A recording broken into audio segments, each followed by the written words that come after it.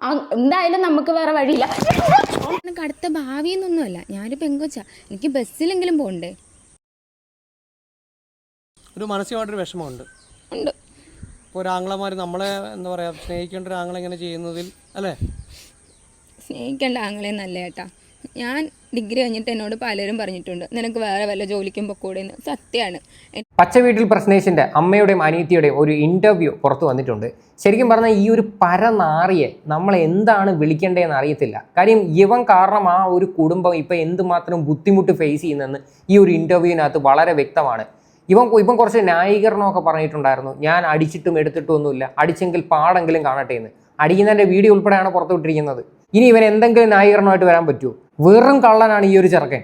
ഇവൻ സോഷ്യൽ മീഡിയയിൽ അനാവശ്യമായിട്ട് ഈ ഒരു കണ്ടന്റ് കൊണ്ടുവന്നിട്ടതാണ്. ആ ഒരു പെൺകുട്ടിക്ക് ഈ ഒരു വീഡിയോ ക്ലിപ്പും കാര്യങ്ങളൊക്കെ വെച്ചിട്ട് മുന്നേ വീഡിയോ ചെയ്യായിരുന്നു. പക്ഷേ അവരത് ചെയ്തിട്ടില്ല, അവരുടെ ഒരു മാന്യത വെച്ചിട്ട്. പക്ഷേ അവരുടെ ഒരു സേഫ്റ്റിക്ക് വേണ്ടി അവർ ആ ഒരു വീഡിയോ എടുത്ത് വെച്ചിട്ടുണ്ടായിരുന്നു. അതുകൊണ്ട് ഇപ്പം സത്യം വെളിയിൽ വന്നിട്ടുണ്ട്. എന്തായാലും നമുക്ക് വീഡിയോ കാണാം. നിങ്ങൾ ആദ്യമായിട്ടാണ് ചാനൽ കാണുന്നതെങ്കിൽ തീർച്ചയായിട്ടും സബ്സ്ക്രൈബ് ചെയ്യുക. ഈ വീഡിയോകളൊക്കെ ഇടുമ്പോഴേ എങ്ങനെയെങ്കിലും പ്രതികരിക്കണമെന്നൊരു ആഗ്രഹം ഉണ്ടായിരുന്നോ? ഉണ്ടായിരുന്നു കേട്ടാ. പക്ഷെ എൻ്റെ എന്താ ശരിക്കുള്ള ഇതെന്ന് ആരും മനസ്സിലാക്കാൻ ശ്രമിച്ചില്ല. സപ്പോർട്ട് ചെയ്തവരുണ്ട്, ഇല്ലെന്ന് പറയുന്നില്ല. പക്ഷെ ഞാൻ ഇതിനെപ്പറ്റി ഒന്നും കണ്ടിട്ടില്ല. എനിക്ക് കാണുമ്പോൾ നല്ല ബുദ്ധിമുട്ടുണ്ട്. ഇപ്പം ചേട്ടൻ പറഞ്ഞ കണക്ക് അടുത്ത ഭാവിയെന്നൊന്നുമല്ല, ഞാനൊരു പെങ്കൊച്ചാ, എനിക്ക് ബസ്സിലെങ്കിലും പോകണ്ടേ. ഒരു മാനസികമായിട്ടൊരു വിഷമമുണ്ട്. ഉണ്ട്. ഇപ്പോൾ ഒരു ആങ്ങളമാർ നമ്മളെ എന്താ പറയുക സ്നേഹിക്കേണ്ട ഒരു ആങ്ങളെ ഇങ്ങനെ ചെയ്യുന്നതിൽ അല്ലേ? സ്നേഹിക്കേണ്ട ആങ്ങളെ നല്ല ഏട്ടാ. ഞാൻ ഡിഗ്രി കഴിഞ്ഞിട്ട് എന്നോട് പലരും പറഞ്ഞിട്ടുണ്ട് നിനക്ക് വേറെ വല്ല ജോലിക്കും പൊക്കൂടെ എന്ന്. സത്യമാണ്. എനിക്കൊരു കമ്പ്യൂട്ടർ കോഴ്സ് പഠിച്ചാൽ എവിടെയെങ്കിലും എ സി റൂമിൽ കയറുന്ന ജോലിയാണ്. ഞാൻ അതിന് പോലും പോകാണ്ട് ഇവൻ്റെ കൂടെ കറക്റ്റ് 2 വർഷത്തോളം പോയി പണിയെടുത്ത് കൊടുത്ത്. ആ പണിയെടുത്ത് കൊടുത്തതിൻ്റെ അതും എനിക്ക് എത്ര രൂപ തരുന്നതെന്നറിയാമോ? ഒരു വാട്ടർ ടാങ്ക് ത്രൂ ഔട്ട് അവൻ വാട്ടർ ടാങ്കിൽ കയറി ചെയ്തിറങ്ങി അതിൻ്റെ സാധനങ്ങൾ ഇവരുടെ ഡ്രസ്സ് മാറാൻ പോകുമ്പം ആ ബക്കറ്റ് സാധനങ്ങളൊക്കെ കഴുകി വെച്ചാൽ തരുന്നത് 200 രൂപ. അതിന് വേണ്ടിയിട്ട് ഞാൻ പോയി പണിയെടുത്തു എന്ന് പറയുമ്പോൾ തന്നെ ഊഹിക്കാമല്ലോ എനിക്ക് ആ ചേട്ടനോടുള്ള കമ്മിറ്റ്മെൻറ്റ് വെച്ചിട്ടാണ്. കേട്ടല്ലോ, വളരെ വിഷമത്തോട് കൂടിയിട്ടാണ് ഈ ഒരു പെൺകൊച്ച് വന്നിട്ട് സംസാരിക്കുന്നത്. ഈ ഒരു പെൺകുട്ടിയെ പറ്റിയിട്ടാണ് ഇവൻ പറഞ്ഞത്. ഒരു റിലേഷൻ കട്ട് ചെയ്യുമ്പോൾ അടുത്ത റിലേഷൻ, അങ്ങനെ പല റിലേഷൻ അവൾ കണക്ഷൻ ഉണ്ടാക്കാൻ വേണ്ടി നടക്കുമായിരുന്നു. എന്തോരം തോന്നിവാസമാണ് ഈ ചെറുക്കൻ വന്ന് പറഞ്ഞത്.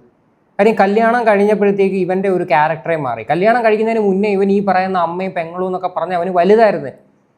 ഈ പരമനാറിയുടെ വീഡിയോ ഒന്നും ഒരു കാരണവശാലും ആരും പോയി കാണരുത്. കാര്യം അങ്ങനെ ഇവന് കാശുണ്ടാക്കി കൊടുക്കരുത്. പ്രത്യേകിച്ച് അമ്മയും പെങ്ങളെയൊക്കെ സോഷ്യൽ മീഡിയയിൽ കൊണ്ടുവന്ന് പബ്ലിക്കിൻ്റെ മുന്നിൽ ഇട്ട് കൊടുത്തിട്ട് ഉണ്ടാക്കുന്ന കാശുണ്ടല്ലോ, അവൻ ഒരു കാരണവശാലും അവൻ ആ കാശ് വെച്ച് തിന്നരുത്.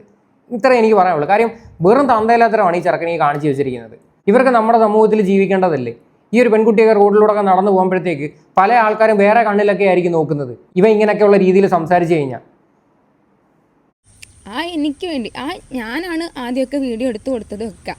എന്നെ ഇപ്പം അവന് പൈസയ്ക്ക് വേണ്ടിയിട്ടോ കണ്ടന്റിന് വേണ്ടിയിട്ടോ ഇത്രയും മോശക്കാരിയൊക്കെ ചിത്രീകരിക്കാവോ? എൻ്റെ ലൈഫിൽ എന്തൊക്കെയാണ് നടന്നിട്ടുള്ളതെന്ന് എൻ്റെ വീട്ടുകാർക്കറിയാം, എന്നെ ഇഷ്ടപ്പെടുന്ന ആൾക്കാർക്കറിയാം. പിന്നെ എന്നെപ്പറ്റി കുറേ അപവാദം പറഞ്ഞിട്ടുണ്ടല്ലോ, അത് അങ്ങനെ അല്ലാന്ന് തെളിയിക്കാനുള്ള പ്രൂഫും എൻ്റെ കയ്യിലുണ്ട്. എന്നിട്ടേ ഇത്ര അപവാദം പറയുന്ന. മിണ്ടാണ്ടിരുന്നല്ല, ഞാൻ കേസ് കൊടുത്തിട്ടുണ്ട്. ഇനി ഞാനായിട്ട് എന്തെങ്കിലും മിണ്ടിയിട്ട് ഇവൻ അതും വെച്ച് ഇവന് ഭയങ്കര വായ്ത്താളോ അവിടെ വന്ന് കിടന്ന് ഭയങ്കരമായിട്ടും വായ്ത്താളം അടിക്കും. പിന്നെ എനിക്കറിയത്തില്ല ഇവന് ഹോൾഡ് ഉണ്ടാകുന്ന ഒന്നും എനിക്കറിയത്തില്ല. കാരണം ഇതിനു മുന്നും ചെന്നിട്ടും അവർ ഒത്തുതീർപ്പാക്കി വിട്ടിട്ട് ഇവനൊന്നും പേടിപ്പിച്ചു പോലും വിട്ടില്ല. എന്നെ ഉപദ്രവിച്ചു എന്ന് പറഞ്ഞിട്ട് പോലും പേടിപ്പിച്ചു പോലും വിട്ടില്ല. മെനഞ്ഞാന്ന് ഞാനിട്ട വീഡിയോയ്ക്കകത്ത് വളരെ വ്യക്തമായിട്ട് പറയുന്നുണ്ടായിരുന്നു ഈ പെൺകുട്ടിയെ പറ്റിയിട്ട് ഇവൻ സോഷ്യൽ മീഡിയ വഴി വളരെ മോശമായിട്ടുള്ള കാര്യങ്ങളാണ് വന്ന് പറഞ്ഞത്. അതും പോരാഞ്ഞതിന് ഈ പെൺകുട്ടി ഇവൻ കൈവയ്ക്കുകയും ചെയ്തിട്ടുണ്ട്. 100% ഇവനെ അറസ്റ്റ് ചെയ്യാൻ പറ്റുന്ന വകുപ്പുകൾ ഇതിനകത്ത് ഇടാന്നേ ഉള്ളൂ.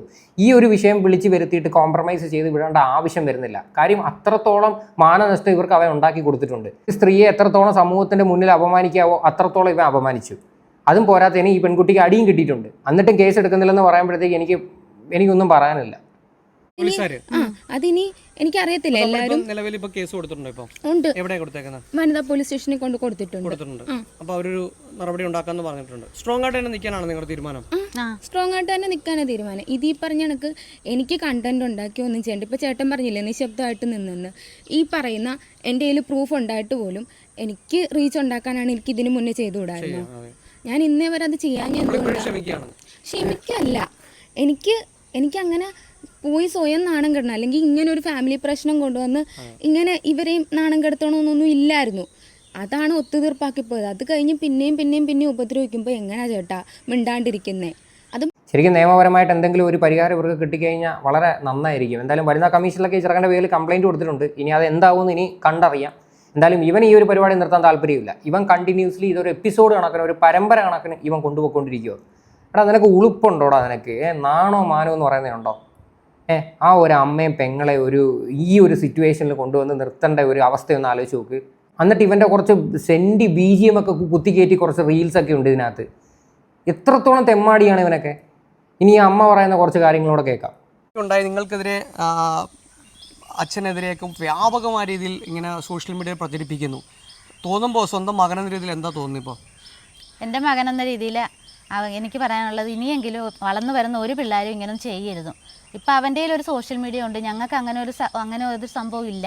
ഞങ്ങൾ 2 സ്ത്രീകളും മാത്രം ഒരു വീട്ടിൽ ഒറ്റപ്പെട്ട് കിടക്കുന്നത്. നമ്മുടെ വീട് പോലും അല്ലത്, പണയ ഒരു വീട്ടിൽ ചെന്ന് കിടക്കുന്നത്. അപ്പോഴത്തേക്ക് അവൻ കാണിച്ച ആ പ്രവൃത്തിയുടേതാണ് അവനെ നാട്ടുകാർ ഓടിച്ചു വിട്ടത്.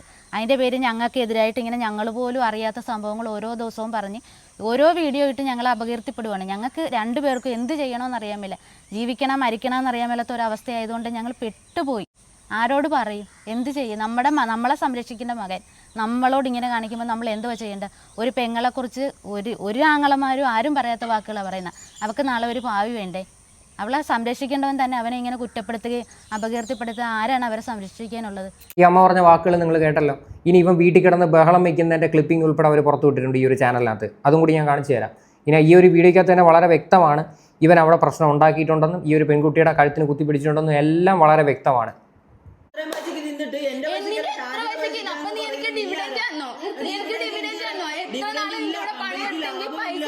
പണിയെടുത്തതിന് മാത്രമേ പൈസ തുടങ്ങിയപ്പോ തൊട്ട് ഞാൻ പറഞ്ഞിട്ടുള്ള കാര്യമാണ്. പണിയെടുക്കുന്ന ഇവിടെ നമ്മ എന്റെ 30% ഷെയർ ഉണ്ട്. 10 രൂപ ഡിവിഡന്റ് തന്നിട്ടില്ല. കുടിച്ചതിനും മാത്രമല്ല, നീ എന്തോരം കണക്ക് പറഞ്ഞിട്ട് മാത്രമല്ല കണക്കുള്ളൂ. തിന്നിട്ടുണ്ട്, ഡ്രസ്സ് മേടിച്ചു തന്നിട്ടുണ്ട്, എക്സ്ട്രാ വേറെ KFC മറ്റൊന്നും. സ്വന്തം അനിയത്തിക്ക് മേടിച്ചു കൊടുത്ത KFC ആയിക്കോട്ടെ, വേറെ അല്ലെയുള്ള ഭക്ഷണങ്ങളായിക്കോട്ടെ, അതിന് വരെ വന്നിരുന്ന് കണക്ക് പറയുന്ന പരമചെറ്റയാണ് ഇവൻ. വീട്ടുകാർക്ക് ആഹാരം കൊടുക്കുന്നതിൽ കണക്ക് പറഞ്ഞു കഴിഞ്ഞാൽ എന്താ പിന്നെ നമ്മൾ ഇവനെ വിളിക്കേണ്ടത്? ഇവനൊക്കെ എഴുതി തള്ളാൻ നോക്കും. ഇവനൊന്നും ഒരു കാരണവശാലും ഇവനോട്ടൊന്നും ഒരു കണക്ഷനും നിങ്ങൾ വെക്കരുത്. ഇതിപ്പോൾ എന്ന് പറഞ്ഞാൽ നമ്മളിപ്പോൾ ഇങ്ങനെ വന്നിരുന്ന തെറി പറഞ്ഞിട്ട് വലിയ കാര്യമൊന്നുമില്ല.